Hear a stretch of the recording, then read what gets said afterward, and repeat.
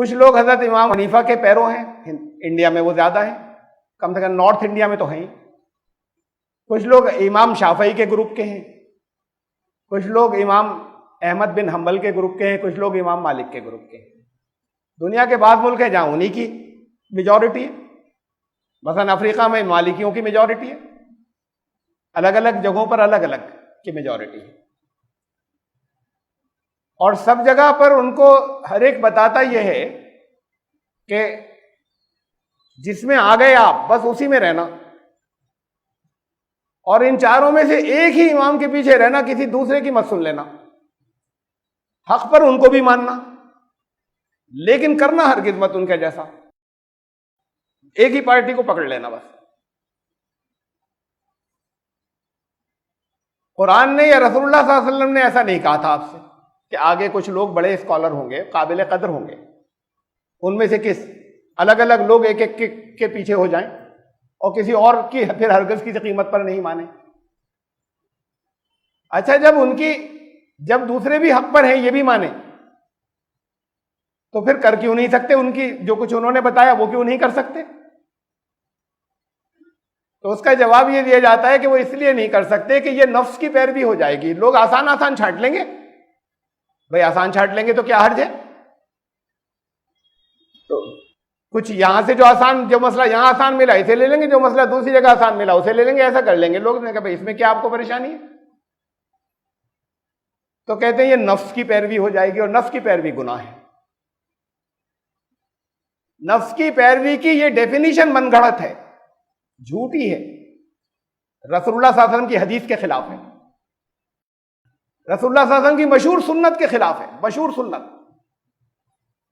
نبی اکرم صلی اللہ علیہ وسلم کی بہت مشہور سنت ہے کہ جب دو جائز لفظ ضروری ہے، دو جائز کاموں میں اختیار دیا جاتا تھا، چوائس دی جاتی تھی تو آسان اختیار کرتے تھے۔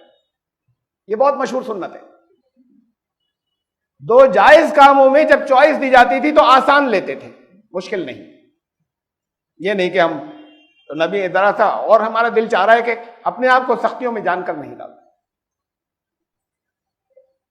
تو اگر وہ جائز ہیں دوسرے بھی، یا تو یہ کہیے کہ وہ تو دین کا کباڑ، انہوں نے حلیہ بگاڑ دیا اس لیے مت کریے گا۔ جب یہ مانے کہ حق پر وہ بھی ہیں تو کوئی اگر آسان لیتا ہے تو لینے دیجیے آسان، یہ تو سنت ہے۔ تو یہ نفس کی پیروی کی ڈیفینیشن ہی من گھڑت ہو گئی، اس مشہور سنت کے خلاف۔ بہرحال میں یہ بتا رہا تھا کہ ان اماموں نے ایسا نہیں کیا تھا۔ حضرت امام شافعی رحمۃ اللہ علیہ حضرت امام ابو حنیفہ کے شاگرد بھی رہ چکے تھے، لیکن اپنا بعض مسائل میں انہیں اختلاف تھا اپنے استاد سے۔ حضرت امام حنیفہ رحمۃ اللہ علیہ کے انتقال کے بعد ایک مرتبہ بغداد گئے، یہ عراق میں رہتے تھے حضرت امام حنیفہ۔ بغداد میں جس مسجد میں حضرت امام ابو حنیفہ رحمۃ اللہ علیہ نماز پڑھاتے تھے اس میں گئے نماز پڑھنے۔ جو لوگ پہچانتے تھے انہوں نے کہا وقت کے بڑے امام ہیں، حضرت نماز آپ پڑھائیں۔ انہوں نے نماز پڑھائی، جو تھوڑا سا فرق آپ کو شافعی اور حنفی میں محسوس ہوتا ہے، انہوں نے وہ حنفی طریقہ کوئی ایسا نہیں کوئی الگ دین ہے اور وہ کوئی الگ دین ہے۔ اگر وہ غلط سمجھتے تو وہ کرتے ہی نہیں، تو انہوں نے جن چیزوں کو وہ بہتر سمجھتے تھے، افضل سمجھتے تھے، اسے چھوڑ کر جو حضرت امام ابو حنیفہ ان کے احترام میں اس جگہ انہوں نے نماز ویسے پڑھائی۔ مثلا شافعی جو ہے وہ زور سے آمین کہتے ہیں، شافعی رفع یدین بھی کرتے ہیں، کانوں تک ہاتھ اٹھاتے ہیں رکوع میں جاتے وقت اور رکوع سے کھڑے ہوتے وقت۔ انہوں نے نماز جو حضرت امام ابو حنیفہ کا مسلک ہے یا جس چیز کو وہ افضل کہتے تھے ویسے پڑھائی۔ اگر وہ غلط سمجھتے تو وہ خود کیسے کرتے؟ ان کے ہاں یہ تشدد نہیں تھا، ان ائمہ کے ہاں اماموں۔ حضرت امام شافعی کا قول ہے کہ زمین کی سطح کے اوپر، روئے زمین کے اوپر حدیث کا اور فقہ کا امام مالک سے بڑا کوئی دوسرا اس وقت شخص موجود نہیں ہے۔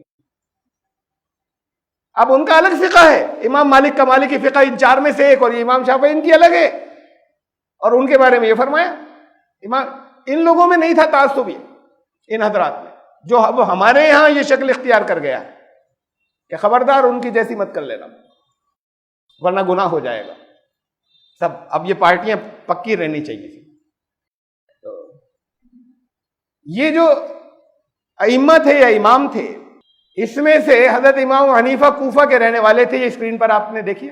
نیکسٹ. حضرت امام حنیفہ کوفہ کے رہنے والے تھے اور سن 80 ہجری میں آپ کی پیدائش ہوئی. حضرت امام جعفر صادق، انہیں تو مانا جاتا ہے شیعوں کے امام، اہل بیت میں سے تو تھے. حضرت امام حنیفہ بھی ان کے بھی شاگرد، ان کے درس میں بھی شریک ہوتے تھے، جا کر استاد مانا تھا. بہت بڑے عالم. حضرت امام جعفر صادق مدینے کے رہنے والے تھے، سن 83 ہجری میں پیدا ہوئے. حضرت امام مالک مدینے کے رہنے والے تھے، سن 93 ہجری میں پیدا ہوئے آفٹر ہجرہ. اب اس کے بعد یہ تو ہیں امام، میں نے سب کے نام نہیں دیے، یہ شروع کے ہیں. میں نے سب کے نام، باقی اور لوگ بعد کے ہیں. امام شافعی اس کے بعد کے ہیں، امام احمد بن حنبل اور بعد کے ہیں. حدیثوں کے کچھ امام ہوئے. اس میں دیکھیے امام مالک یہاں بھی ہیں، محدث، دونوں لسٹ میں ہیں، کامن مشترک. امام مالک، ان کی کتاب ہے موطا امام مالک. ہاں، ان 6 کتابوں میں ہمارے اسکالر نہیں گنتے جو سب سے صحیح مانی جاتی ہیں ان کی کتاب کو. یہ تو سن 93 ہجری میں ہوئے تھے. اب باقی جتنے ہیں، یہ امام بخاری، یہ 100 سال بعد 194 ہجری میں. یہ نیکسٹ سلائیڈ میں ہے. امام مسلم 206، یہ لگ بھگ ایک ہی عرصہ ہے. امام ابو داؤد رحمۃ اللہ علیہ، یہ سن 202 ہجری میں. اور بھی جتنے، یہ سب تقریباً سمکالین تھے، ہم عصر تھے، ایک ہی دور کے تھے. امام ترمذی بھی، امام نسائی، بعض لوگ کہتے ہیں بعد کے تھے، بعض کہتے ہیں کہ نہیں، اسی دور کے تھے، اس میں تھوڑا اختلاف ہے. امام ابن ماجہ، یہ سب اسی دور کے، یہ سب حدیثوں والے امام ایک ساتھ.